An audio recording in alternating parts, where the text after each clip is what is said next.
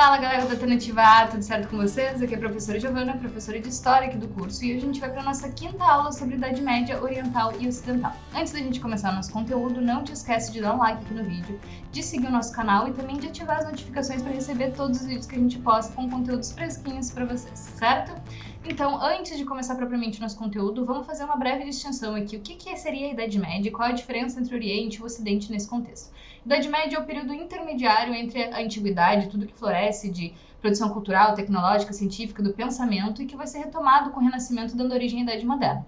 A Idade Média seria, então, um período intermediário entre esses dois florescimentos intelectuais. E um período muitas vezes interpretado como um período das trevas, de controle extremo, em que nada foi produzido, um período das princesas e dos príncipes, basicamente, né? Mas a realidade é totalmente inversa. A gente vê que essa mitologia das princesas e dos príncipes, na realidade, era bem mais do que é contado nas histórias, quanto a questão cultural e a questão intelectual floresceu, sim, só que de uma maneira diferente, né? De uma maneira muito, de repente, controlada pela igreja, muito monopolizada pela igreja, mas não que aqueles conhecimentos anteriores fossem simplesmente ignorados ou que não fossem produzidos outros novos nesse contexto, certo?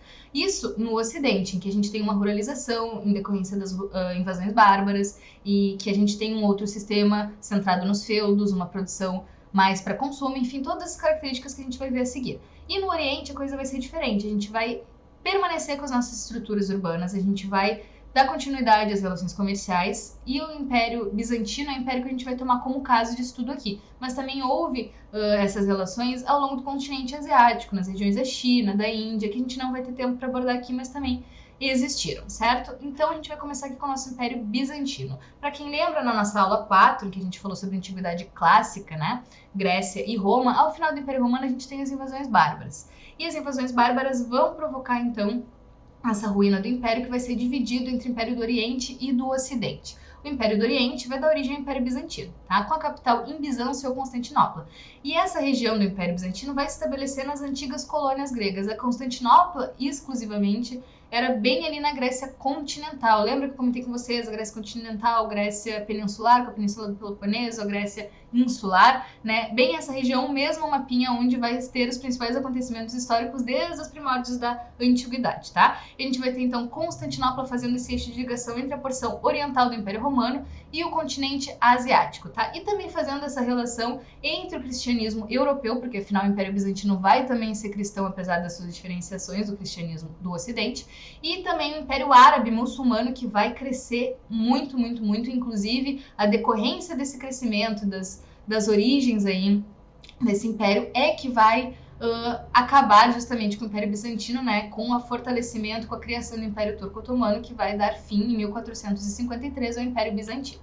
Agora vamos ver então algumas características desse império, tá? Ele era centrado no sistema político do césaropapismo, que a gente podia fazer um paralelo com uma teocracia, ou seja, um poder religioso fortemente vinculado à figura política. Essa figura política era o Basileu. Em outros momentos a gente pode interpretar como imperador, mas aqui é centrada na figura do Basileu no contexto do césaropapismo no Oriente do Império Bizantino, certo?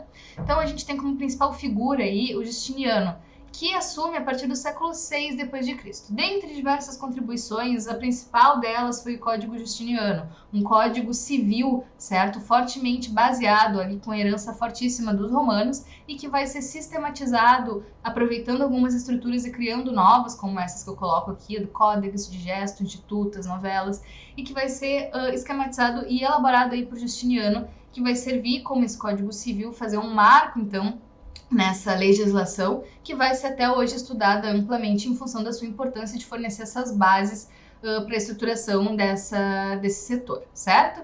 A gente tem como marco aí a revolta de Nica em 532, que acontece uma repressão no hipódromo em função de uma decisão de Justiniano de favorecer um cavalo que estava competindo e o cavalo que ele tinha apostado, no caso, em detrimento das vontades, dos anseios da população. E isso é um momento bastante simbólico, um estopim de várias outras questões que a população já vinha apresentando anteriormente e que vai se fortalecer aí, que vai se representar, digamos assim, nessa revolta de Nica.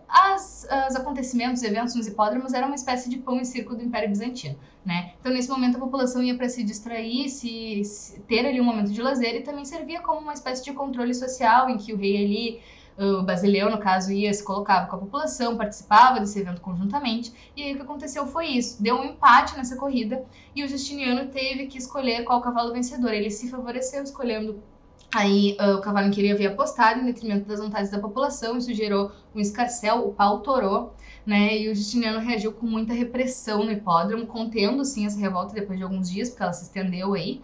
Mas, como resultado, teve uma mudança de postura e uma mudança de visão em relação ao Justiniano, tanto da população em relação a ele, quanto dele em relação às suas forças políticas, etc., e de Bizâncio, que cresceu junto com essa figura, né, e que acabou ameaçando aí e contendo mais, expulsando mais, digamos assim, a Europa para sua reclusão nesse momento ainda da Idade Média, certo? Então, esse é um momento simbólico que pode ser um ponto de questão, então eu trouxe brevemente aqui um resumão para vocês a respeito desse acontecimento, certo? Para além disso, a gente tem na economia uma economia fortemente baseada na questão agrícola, como vai ser por muitos séculos ainda, tanto no Oriente quanto no Ocidente.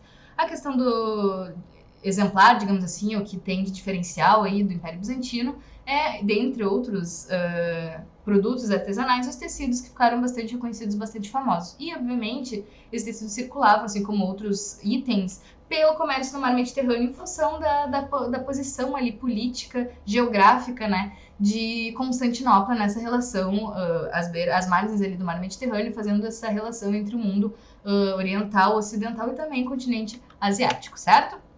A gente tem aí, dentro do Império Bizantino, também a conformação de uma religião, um cristianismo à moda oriental, digamos assim, né? Por quê? Porque vão haver diferenciações na conformação desse cristianismo no Oriente. O que eu quero dizer com isso?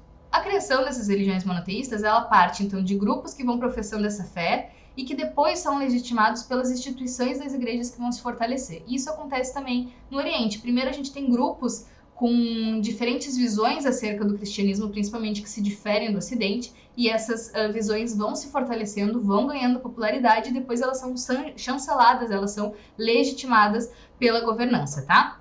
E aí a gente vai ter, então, ali os iconoclastas dentro desse cristianismo, um dos movimentos, né, que eram completamente avessos aí à ideia de se cultuar imagens materiais, imagens de santos e de divindades. Eles acreditavam que isso era uma grande ofensa, visto que a fé, ela não deveria ser dirigida a um objeto, a uma questão material, e sim a divindade, a questão realmente de uma uma questão de uma espiritualidade aí. E a ideia de fazer o seu culto para uma imagem era extremamente desrespeitoso na visão deles. Então, os iconoclastas, inclusive, promoveram movimentos de quebra desses ícones e dessas imagens religiosas, de vandalismo, digamos assim, destruição de locais sagrados em que haviam o culto de imagens, justamente por acreditarem que isso era uma grande ofensa, tá? Além disso, a gente tem também a perspectiva monofisista, que acreditava, então, que a figura divina de Deus não tinha uma versão ou uma possibilidade humana, era única e exclusivamente divina, e não habitava o nosso plano terrestre. O que, por exemplo, acaba com a teoria ou com a ideia de que Jesus Cristo seria então filho de Deus ao mesmo tempo em que é o próprio Deus, né? Que depois eu vou explicar para vocês, faz parte de uma teoria da consubstancialidade que vai ser vigorada ali no Ocidente. O monofisismo então acreditava que a única figura possível dessa divindade era a não humana, era a divina, tá? Então a gente não vai ter uma forma humana desse Deus. E isso também conversa com a questão do arianismo, que acreditava que houve sim, então, esse profeta, Jesus Cristo, mas que ele não era além de humano e divino, ele era único e exclusivamente humano, e ele servia como um elo de ligação entre o divino e o humano, certo? Então a gente vai ter essas distinções aí que vão totalmente contra a ideia de consubstancialidade que foi empregada então no Ocidente, em que Pai, Filho e Espírito Santo são uma unidade, uma substância comum ali, mas que apresentam formas diferentes, tá? E por essa lógica, então, a gente não vai ter essa distinção entre, enfim, pai, filho, não vai ter essa questão monofisista, não vai ter essa questão do arianismo, justamente porque todos são um só, tá? E aí, esses são alguns dos conflitos que vai ter entre a religião católica do Ocidente e do Oriente, que vão se aprofundar, que vão ser debatidos nos concílios, mas que ao final das contas vai gerar o grande cisma do Oriente, que vai acontecer em 10.054 depois de Cristo, tá? E aí a gente vai ter, de fato, a Igreja Católica Apostólica Romana e a Igreja Católica Ortodoxa Bizantina ou Ortodoxa Grega. tá? E a gente vai ter, então, a marca, digamos assim, dessa distinção, e vamos ter vários conflitos entre Bizâncio e as potências aí que vão se desenvolvendo na Idade Média no Ocidente, tá? Lá no final, na Baixa Idade Média, onde a gente vai ter, então, a recuperação da força, um movimento de unificação, enfim, né? E a gente vai ter as cruzadas como principal momento aí unificado em torno da fé cristã e da Igreja Católica, que era essa principal instituição. A gente vai ver a invasão dos cruzados em Constantinopla, logo depois da Quarta Cruzada, que inclusive vai passar por Constantinopla e vai provocar um saque aí na região, tá? Então a gente vai ter essa invasão dos cruzados e depois a gente vai ter uma série de invasões também de outros povos, inclusive povos muçulmanos. Essas invasões vão se tornar cada vez mais constantes, enfraquecendo paulatinamente, ou seja, aos poucos, esse Império Bizantino, até que vai acontecer a invasão do Império Turco-Otomano em 1453, que vai marcar a queda, então, do Império Romano do Oriente, tá? E aí a gente vai ter, então, a marca, digamos assim, né, final desse império de fato. E esse Império Turco, ele foi construído lá dos preceitos das religiões muçulmanas, né? Maomé II, descendente de Maomé, da religião muçulmana, vai fazer, então, a organização desse Império Turco, que vai se expandir, acabando, então, com a tomada do Império Bizantino, com a tomada de Constantinopla, certo? E aqui eu trago para vocês, assim como eu trouxe anteriormente, se vocês perceberam, um mosaico lá no slide com a imagem do Justiniano. Aqui nós temos um outro mosaico, que é uma grande representação aí da arte bizantina, né? Viu o mosaico, pensa em Bizâncio, provavelmente isso é uma questão relacionada à arte bizantina, etc. A gente vai falar sobre mosaico, sobre as cores, sobre o detalhamento desses mosaicos, as proporções. Isso, por exemplo, é o teto aí de uma abóbada de uma igreja bizantina, né, uma igreja ortodoxa. Então a gente vai ter essa questão dos mosaicos muito forte nessa cultura, tá? E no Ocidente, o que estava acontecendo? A gente tem ao início ali com a Alta Idade Média, e a Alta Idade Média, ironicamente, é o momento mais recluso, o momento mais baixo astral, digamos assim, da Idade Média, porque é um momento que se inicia logo com as invasões bárbaras, que deram fim aí ao Império Romano, e que esse processo vai continuar se estendendo com a ruralização. Então, o que acontece? Intensificação dessas migrações bárbaras desses povos que a gente vai ver a seguir. E a gente vai ter, então, um estado constante de guerra, de invasões a essas cidades, certo? E no Ocidente, a gente vai ver, então, essa ruralização, que vai ser o principal alvo dessas invasões bárbaras. Então, a gente vai ver a ruralização, a entrada dessa população de volta para o campo, numa tentativa de proteção e sobrevivência. E a gente vai ver, então, portanto, o declínio do comércio, visto que a gente vai estar recluso, as relações entre as regiões não vão mais acontecer, porque a gente vai estar em constante perigo de invasão, de guerra, as fortificações vão aumentar, essas unidades vão ser unidades com poderes dispersos, né? Não vão estar centralizados na figura de um rei, vão ser pequenas unidades dos feudos, pequenas entre aspas, né? Mas assim, vão estar afastadas, não vão estar sobre um domínio único, unificado, justamente para facilitar e para aprimorar essa questão da sobrevivência e da proteção nas invasões constantes, das guerras constantes dos povos bárbaros, tá? Mas quem são esses bárbaros? Se vocês lembrarem, os romanos tinham uma autoestima excelente, né? Então eles, dentre outras coisas, colocavam como os povos bárbaros todos aqueles que não eram romanos, que não professavam ali aquela cultura romana, que não falavam latim, que não faziam parte daquele universo ali clássico, digamos assim, né? Então, os bárbaros são aqueles povos não romanos, basicamente, essa é uma definição genérica, tá? Dentro desses povos não romanos, nós temos uma série de troncos linguísticos em que eles são organizados, e eu trouxe alguns para vocês. Há os tártaros mongóis, que são povos asiáticos, dentre eles os hunos e turcos. Há os eslavos, como russos, sérvios e búlgaros. Há também os povos germânicos, que vão ser muito presentes na história aí da Idade Média do Ocidente, que vão dar origem aos principais reinos, como os francos, os visigodos, os ângulos, os saxões, os ostrogodos, os vândalos, nem existe isso, os vândalos, tá? E dentre esses, se eu fosse recomendar que vocês aprofundassem em algum, eu diria os francos, tá? Eles tiveram grandes contribuições à dinastia merovingia, à dinastia carolíngia, que vai ser a dinastia subsequente aí com Carlos Magno. Inclusive a imagem que eu trago para vocês aí é Carlos Magno sendo coroado pelo Papa Leão III.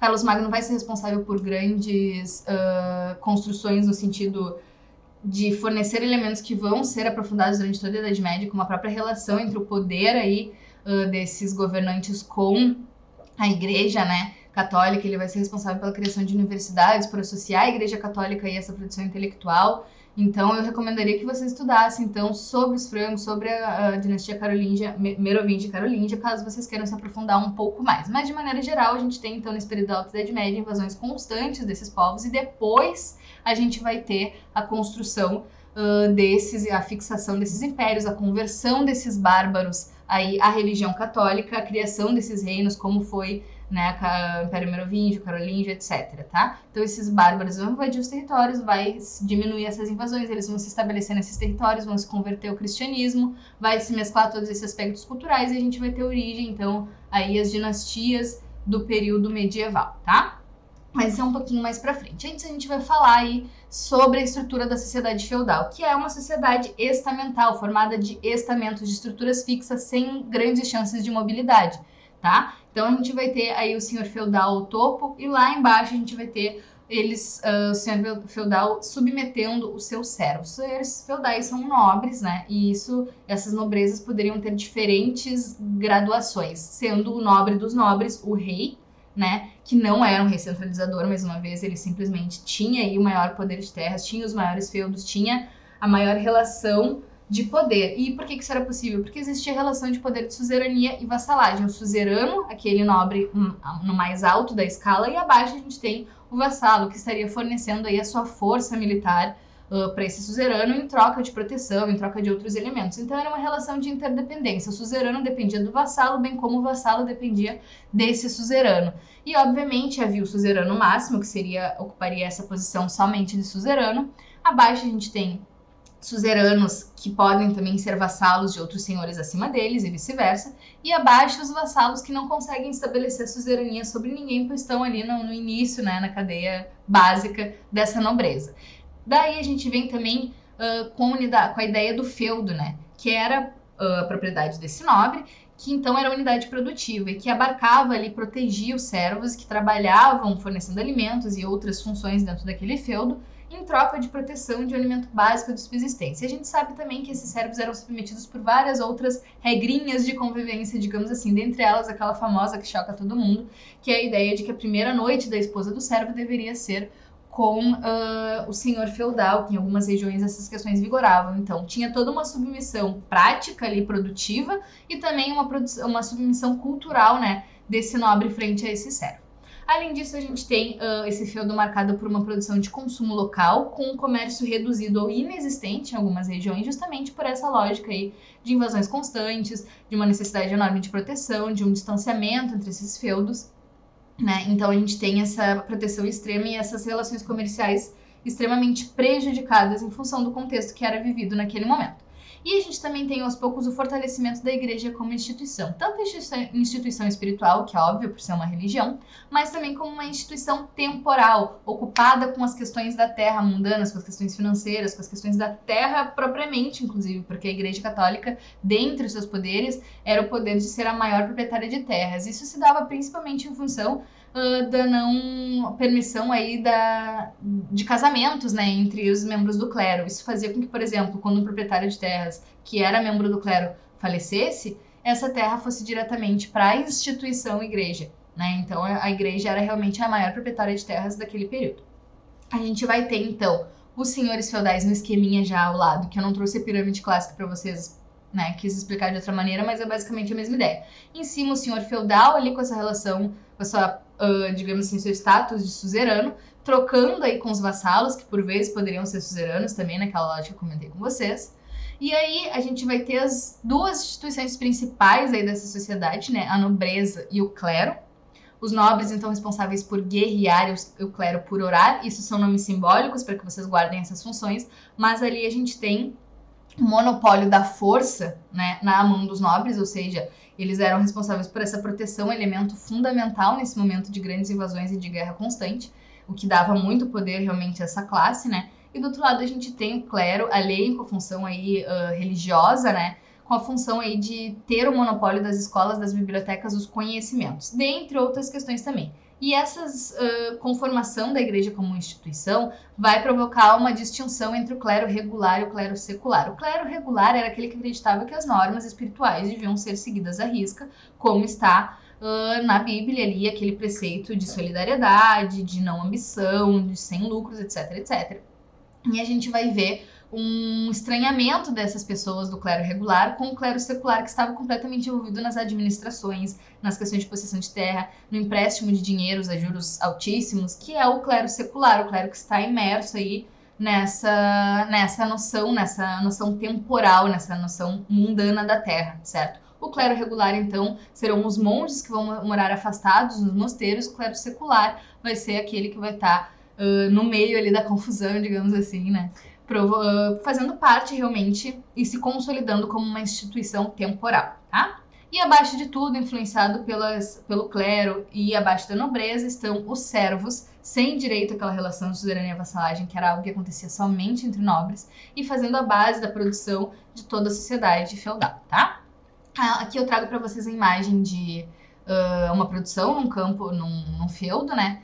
Eu trago também o calendário para que vocês vejam o detalhe, tipo, né, da forma como eles se organizavam no tempo. Havia essa complexidade, esses calendários, dessas escritas, havia ali os elementos de gêmeos, de câncer, então todos esses conhecimentos desenvolvidos na antiguidade ainda eram preservados de alguma maneira. Alguns mais disponíveis ao público, digamos assim, outros, né, responsáveis aí, ou nas mãos dos escribas, daqueles que realmente tinham seu privilégio da intelectualidade daquela sociedade, tá? Seguindo aqui, a gente vai ter a Baixa Idade Média, e esse momento vai ser o contrário. A Baixa Idade Média, que é o período final, vai ser um momento de ascensão dessa Idade Média, que vai reencaminhar e retomar algumas práticas que fazem com que uma sociedade realmente se estabeleça, porque quando a gente estava ali na Alta Idade Média, se a gente continuasse naquela lógica, a tendência era aquela população desaparecer, era uma dificuldade de sobrevivência, eram guerras constantes, eram invasões bárbaras, mas, com o passar do tempo, isso vai se estabilizando, o que proporciona, então, a diminuição dessas invasões, certo? A partir ali do século XII até o século XV, a gente tem esse período da Baixa Idade Média, e aí a gente vai ter também, por consequência, a diminuição dessas guerras e uma estabilidade nessa sociedade, um surto demográfico, ou seja, um aumento populacional, tá? E a partir disso a gente vai retomar, ver o ressurgimento gradual de algumas práticas, como as trocas entre os feudos, artesanatos e a retomada do comércio, inclusive aí com moedas, na retomada do comércio monetário. No campo, a gente vai ver alguns aperfeiçoamentos também, no campo como se fosse algo distinto, né? No caso, na questão agrícola ali, da produção diretamente dentro do feudo, porque tudo era campo nesse momento, digamos assim, né? Era o centro realmente dessa sociedade feudal. Mas na agricultura, especificamente na produção de alimentos, a gente vai ter também alguns aperfeiçoamentos. Por quê? Porque a gente precisa alimentar mais pessoas, a gente precisa fazer essas trocas, a gente tem novas práticas que foram retomadas aí, a gente precisa correr atrás desse prejuízo. Então a gente vai ter algumas invenções aí, como o arado de ferro. Nessa imagem que eu trouxe para vocês, a gente vê o arado de madeira, que ele era bem menor. O arado de ferro é mais comprido, mais resistente, proporciona então arar mais terras para o plantio saudável, né, e para o aumento dessa produção. E também outras técnicas como moinhos hidráulicos para irrigação e etc. Durante a Baixa Idade Média, a gente vai ter também as famosas cruzadas, que a gente vai ver no slide a seguir. E a gente vai ter, por consequência dessas cruzadas, né, e da grande simbolismo que isso vai ter, e o grande território, digamos assim, que a gente vai reconquistar com essas cruzadas, a gente vai ter processos como renascimento urbano e comercial. Ou seja, as cruzadas são extremamente importantes para esse processo de renascimento do período medieval. Certo? Que vai dar origem, então, a outro renascimento cultural, que a gente vai ver na próxima aula, certo? E aqui eu trouxe alguns vocabulários para vocês se habituarem, caso eventualmente possa cair numa prova, tá? Os burgos, o que são os burgos? Os burgos vão ser justamente a retomada dessas cidades, algumas antigas que foram abandonadas durante as invasões, a criação de outros centros urbanos também, justamente para facilitar essas trocas, e a partir disso a gente vai ter, então, uma intensificação do comércio é ótimo, né? Do comércio, e os burgos são burgos em função dos burgueses aí, né, que vão fazer essas relações de trocas, futuramente essas relações comerciais. Esses burgueses não são os mesmos burgueses que a gente vai ver lá na Revolução Francesa, etc, etc, tá? A gente vai ter umas distinções aí, umas modificações desse processo, até porque temporalmente a gente vai estar bem afastado, mas, para todos os efeitos aqui, a gente tem os burgos e os burgueses como comerciantes, não como classe consolidada aí que vai né? Isso aí é uma coisa pro futuro, vamos deixar cada coisa no seu lugar, tá? Não façam essa mescla, porque a gente está separado por um período temporal bem grande e ainda vai ver várias diferenciações, várias modificações, processos históricos que vão acontecer até que a gente chegue naquela burguesia, tá? Os movimentos comunais vão ser a união, então, dessas pessoas que estão à base dessa sociedade, justamente por diminuir um pouco as pressões de impostos, as restrições de acesso à terra e de livre existência dessa população. Então, a gente vai ver os movimentos comunais como uma união por reivindicação dessas pessoas para ter uma qualidade de vida melhor e sair um pouco se descolando dessa servidão profunda que era estabelecida no sistema feudal, tá? E aí a gente vai ter também as guildas, que são uniões dos comerciantes para fazer o parâmetro ali, precificação dos mercados, enfim, claro, não nessa forma contemporânea que a gente conhece hoje, né? Mas as guildas vão ser reuniões, então, dos comerciantes que vão estabelecer os parâmetros do comércio ali na região, conforme esse comércio for aumentando, se intensificando e se complexificando, tá? E as corporações de ofício vão ser as uniões dos artesãos responsáveis por elaborar sapatos, elementos que precisam, então, da intervenção humana, dessas habilidades técnicas, que vão ser produtos desse mercado. Então, esses artesãos, essas corporações de ofício, são a união desses artesãos, tanto para me enrolei toda. Tanto para padronizar produtos, né, e também para fornecer aí o conhecimento necessário, o ensinamento dessas técnicas de artesanato. Então, as corporações de ofício são reuniões desses artesãos em função do seu produto ali, da qualidade do seu artesanato, e as guildas são reuniões dos comerciantes em função da regulação desse mercado que vai se desenvolvendo, tá? Aqui eu trago para vocês a imagem de um banqueiro aí no final da Baixa Idade Média, para que vocês tenham uma noção de que o comércio foi retomado ao ponto, inclusive, de haver, então, bancos, né, com essas moedas e emissão de guias para saques, etc, etc. E ao lado a gente tem ali o comércio em um centro urbano, certo? Agora vamos falar brevemente sobre as cruzadas, os propósitos, o que ela trouxe de modificação para essa sociedade. Então, com o fortalecimento da Igreja Católica, a gente vai ter, então, a Guerra Santa, né? A ideia dessa Guerra Santa de reconquista. Mas reconquista do quê? Do domínio muçulmano da Palestina, né? Da terra da Palestina, que é a terra de Jerusalém, a terra que está lá na Bíblia e que é reivindicada, então, por esses cristãos, tá? E esses cristãos se entendiam do Ocidente, no caso, se entendiam como os escolhidos divinos, realmente, aqueles que deveriam professar, que tinham uma missão de espalhar a fé cristã pelo mundo, e a fé cristã ia aos seus moldes, né? Que não eram os mesmos moldes de Bizâncio. Por isso que a gente pode, então, concluir que outras, pelas próprias atitudes aí, os rumos que essas cruzadas vão tomar, que outro importante elemento aí, outro objetivo dessa conquista, além de retomar a Palestina que estava sob domínio muçulmano desde o século VII, a gente vai ter também a influência sobre Bizâncio, né? E em função daquelas disputas religiosas e para fazer valer aí a fé cristã aos moldes do Ocidente. Além disso, a gente tem também a retomada do comércio do Mediterrâneo como consequência dessas cruzadas, e era um objetivo aí para principalmente dos comerciantes venezianos, né, que tem um grande destaque aí nesse sentido, de Veneza, venezianos de Veneza. E aí eles vão, então, entrar dentro dessa lógica também e aproveitar essa onda das cruzadas para impor aí essas necessidades comerciais. Bom, nós já estabelecemos as nossas relações, nós estamos com moeda circulando, nós estamos com o nosso comércio aqui quase reestabelecido, nós precisamos agora de acesso ao mar Mediterrâneo, de acesso a outros entrepostos comerciais para expandir cada vez mais. E as cruzadas vão fornecer, sim, esse papel, essas ferramentas necessárias para a expansão desse comércio e reabertura, retomada do mar Mediterrâneo, tá? Os cruzados eram os cavaleiros, os nobres e também os servos, que eram obrigados, então, a fazer esse papel de cruzada. E aqui eu digo obrigados, entre aspas, porque eles, na realidade, não se sentiam obrigados como uma forçação, assim, porque realmente a forma como foi construído esse discurso da Guerra Santa é algo que contagiou a população a tal maneira em que não era uma opção não participar, havia um propósito maior do que a nossa existência na Terra, que era a Guerra Santa, era a guerra de Deus, era a guerra pela nossa religião, pela religião escolhida na realidade. E a gente precisava estabelecer esse domínio e expandir a fé católica. Então era um objetivo aí realmente muito bem construído pela igreja frente à população. Ali ao lado nós temos as imagens, a representação de algum desses cruzados, as armaduras que eles utilizavam, os aparatos de guerra ali, para que vocês tenham uma imagem aí dessas pessoas, tá? As expedições foram 8 ao todo, algumas com sucesso, outras não, mas elas iniciaram a partir do discurso do Papa Urbano II, um discurso muito inflamado em que ele, então, fala sobre a importância desse cristianismo, da missão divina que é passar essa fé cristã adiante, como era importante retomar, então, essa região da Palestina, porque que era um direito desses cristãos fazer isso. Enfim, esse discurso extremamente inflamado aconteceu no Concílio de Clermont, em 10.095, e vocês podem perceber que a primeira cruzada já acontece em 10.096 até 10.099, mais ou menos, e ela é puxada por esses nobres justamente para fazer a conquista simbólica de Jerusalém, tá? Depois disso a gente tem mais algumas cruzadas, e a quarta cruzada vai ser uma cruzada comercial, então a gente já vê aí a influência dos setores, dos comerciantes aí, que vão estar pressionando também para realizar essa reabertura, para conquistar novos mercados, tá? E essa cruzada comercial é que vai dar uma desviada ali, vai fazer um saque em Constantinopla,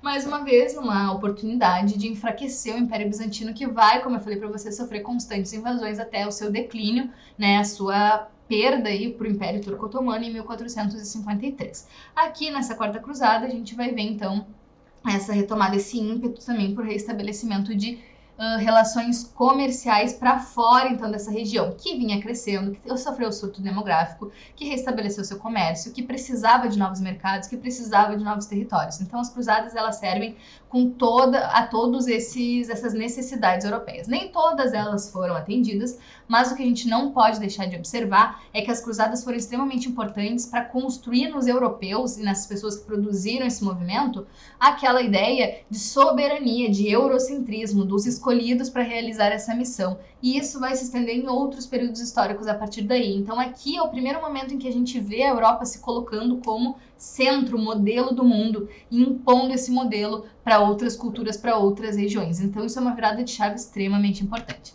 Mas agora eu quero mostrar para vocês um mapinha com algumas rotas das cruzadas. Se vocês forem ver a primeira cruzada ali saindo da região da França, né, vai diretamente lá para Jerusalém, o verde escuro, né, e ali a quarta cruzada em laranja sai de Veneza, dá aquela volta e, ops, sem querer parou em Constantinopla, fez um saque ali rapidinho, né, mas enfim. Ali tem outras rotas também, se vocês quiserem, cada cruzada, digamos assim, tem uma temática, deem uma pesquisada, mas basicamente essas são as mais comentadas de uma maneira geral, em função aí dos objetivos políticos, religiosos aí da igreja, e também dos objetivos comerciais, tá? Que foram dois elementos bastante importantes. E agora a gente vai para uma questãozinha ouro, que vai falar um pouco sobre a formação do cristianismo e vai comentar sobre outras religiões também, o que é um grande assunto que aborda a Idade Média de uma maneira muito competente, que eu chuto aí que possa cair uma questão bem parecida na próxima prova da UX, tá? Então vamos à questão. Assinale com V verdadeiro ou F falso as afirmações abaixo, a respeito da história do cristianismo entre os séculos 4 e 15. Então, assim, um tempão desde o início ao fim da Idade Média, podia cair qualquer coisa no mundo, eles podem inclusive copiar esse enunciado e colocar qualquer outras informações e fazer outra questão bem parecida com essa, né? Mas vamos ver o que as afirmações nos dizem.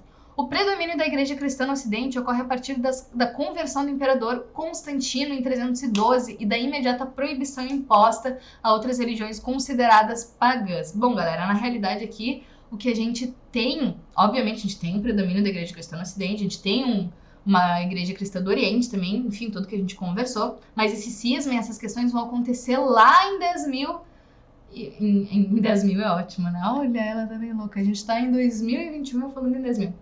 1054, chegou a me dar uma bugada na cabeça que eu cheguei a abrir os olhos, assim, 10.000 é onde? Tudo bom contigo? Adri. Mas em 1054 vai acontecer o cisma do Oriente, né? Então aqui a gente tá no início desse processo. E o que vai acontecer? Constantino vai em 311 ou 312 lançar o Edito de Milão, que vai tornar a fé cristã algo possível de ser professado, sem necessariamente ser condenado. Isso não significa que vai haver a conversão, tá? Então isso aqui é uma questãozinha que fala especificamente sobre o Edito de Milão, tá? Então estamos aqui, falso. A difusão ideológica do cristianismo ocorreu também graças a obras dos chamados pais da igreja, como o africano, Agostinho, bispo de Hipona e autor de Cidade de Deus. E temos aqui uma questão certíssima, pode chocar vocês, aparentemente, o fato dele ser africano, mas sim, de fato, Hipona é a região do continente africano, e sim, autor de Cidade de Deus, essa afirmativa está completamente correta, certo? E aqui é um pega-ratão, como a gente costuma dizer, porque eu acredito muito que eles não esperam que vocês saibam dessas informações, desse detalhamento, e muito menos em função de uma defasagem que a gente tem sobre o conhecimento da história africana, que vocês associem Santo Agostinho à África, né? Então, a maioria das pessoas com certeza colocaria essa questão como falsa. Vamos seguir aqui. A gradual intervenção do estabelecimento de normas a respeito do matrimônio e do modelo familiar contribuiu para o processo de controle social por parte da Igreja. Completamente correto. O matrimônio é uma das instituições lançadas pela Igreja de controle social e principalmente de controle do corpo da mulher e de controle da reprodução, tá? Então, o casamento não é simplesmente algo que foi inventado pelo amor e pela união. Na realidade, ele é uma ferramenta de controle social que desde aquele período vem servindo, então, para controlar as questões reprodutivas da mulher, o corpo da mulher e a sociedade de uma maneira geral. Então, essa alternativa está correta. Até agora, nós temos FVV. E, por fim, a gente tem a seguinte alternativa. A Ordem de Cristo, criada em Portugal no século XIV, foi uma ordem de caráter religioso e militar, instituída como prevenção contra a expansão territorial francesa realizada pelos Cavaleiros Templários em nome de Filipe IV. Olha, aqui na realidade a gente vai ter que ter outros conhecimentos além. Não vou entrar nos detalhes em função de não pertencer ao nosso espectro de conteúdo aqui. Mas o seguinte, na realidade a Ordem de Cristo, que foi criada em Portugal lá no século XIV, ela é uma continuidade, digamos assim, tá, das cruzadas ali, né, dessa, digamos assim, de caráter religioso e militar, é um jeito mesclado, mascarado de falar, então, sobre essas cruzadas aí, e ela é a continuidade, tá, dessas cruzadas que sofreram aí uma interrupção, mas não é uma oposição. Então, em função disso, essa alternativa tá incorreta, certo? A Ordem de Cristo seria, então, uma continuidade dessa missão cruzada, e não necessariamente que foi recriada, então, em Portugal, mas não uma oposição, como diz aqui, né, como prevenção contra a expansão territorial francesa, etc. Na realidade, os objetivos, eles eram comuns e não opostos, como a alternativa aqui está colocando pra gente, certo? Então, a alternativa é falsa. Ao todo, nós ficamos com um falso, 2 verdadeiros e um falso. Vamos ver qual é a alternativa correta. A alternativa correta é a alternativa D, certo? D de Deus, casualmente. Adri. Galera, muito obrigada por ter ficado até o final. E não se esqueça, se vocês não fizeram isso ainda, de seguir aqui, dar o like no vídeo, seguir e ativar o sininho para receber as notificações, porque a gente está na nossa 5ª aula e ainda tem mais pela frente, certo? Então, até a próxima. Tchau, tchau.